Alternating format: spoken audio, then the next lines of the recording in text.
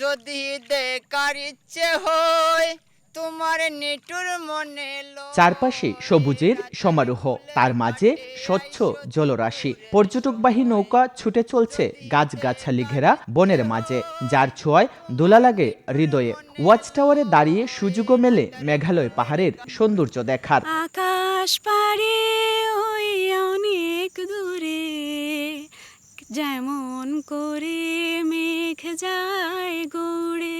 দেশের একমাত্র স্বীকৃত সোয়াম ফরেস্ট বা জলারবন রাতারগুল, যা বাংলার অ্যামাজন নামে পরিচিত।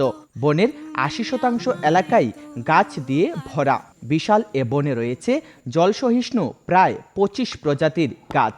জলে বুক ডুবিয়ে থাকা গাছের ডালপালায় সবুজ পত্রপল্লবের স্বাধীনভাবে বিচরণ। প্রকৃতির এমন অপরূপ পরিবেশ মুগ্ধ করে ভ্রমণ পিপাসুদের। ভালোই লাগতেছে আর কি, আমরা এই প্রথম ফার্স্ট টাইম আসছি। ভীষণ শান্তির একটা জায়গা সেদিক থেকে। আর পর্যটকের সংখ্যাটা কম, মানুষের সংখ্যা কম, বা ওইরকম দূষণও নেই।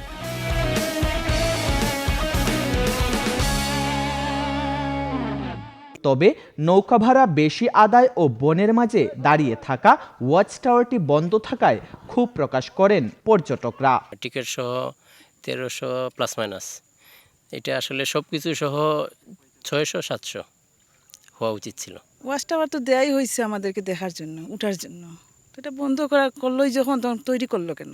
নৌকার মাঝিদের দাবি ন্যায্য ভাড়াই নেওয়া হয়। প্রতিটি নৌকা থেকে বন বিভাগকে আলাদা ফি দিতে হয় বলেও জানান তারা। এই অনুসারে নির্ধারিত করে দিয়েছে ১ থেকে ৫ জন ৭৫০ টাকা। এটা কমও নেয় না, কেউ বাড়ায় নেয় না। এখন ১১৫ টাকা দেওয়ার পরে সপ্তাহ ১৫ দিনে আমরা একটা সিরিয়াল পাই।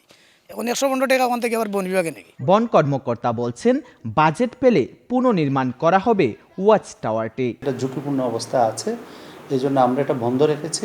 সিএমসির যে আমাদের আয় আছে সেখান থেকে যদি সংস্থান করা যায়, তখন আমাদের এটা যেহেতু একটা কমিটি আছে, সেই কমিটির মাধ্যমে আমরা একটা সিদ্ধান্ত নিয়ে পরবর্তী ব্যবস্থা নেব। সিলেটের সীমান্তবর্তী গোয়াইনঘাটের ফতেপুর ইউনিয়নে বনটির অবস্থান। সারা বিশ্বের ১৮টি সোয়াম ফরেস্টের মধ্যে রাতারগুল অন্যতম। বাংলাদেশের একমাত্র মিঠা পানির জলাবন এই রাতারগুল। রাতারগুল ঘুরে যাওয়ার এখনই উপযুক্ত সময়। তবে অতিরিক্ত নৌকা ভাড়া এবং ওয়াচ টাওয়ার বন্ধ থাকায় নিরুৎসাহিত হচ্ছেন পর্যটকরা। জয়ন্ত কুমার দাস, সময় সংবাদ, রাতারগুল সোয়াম ফরেস্ট, সিলেট।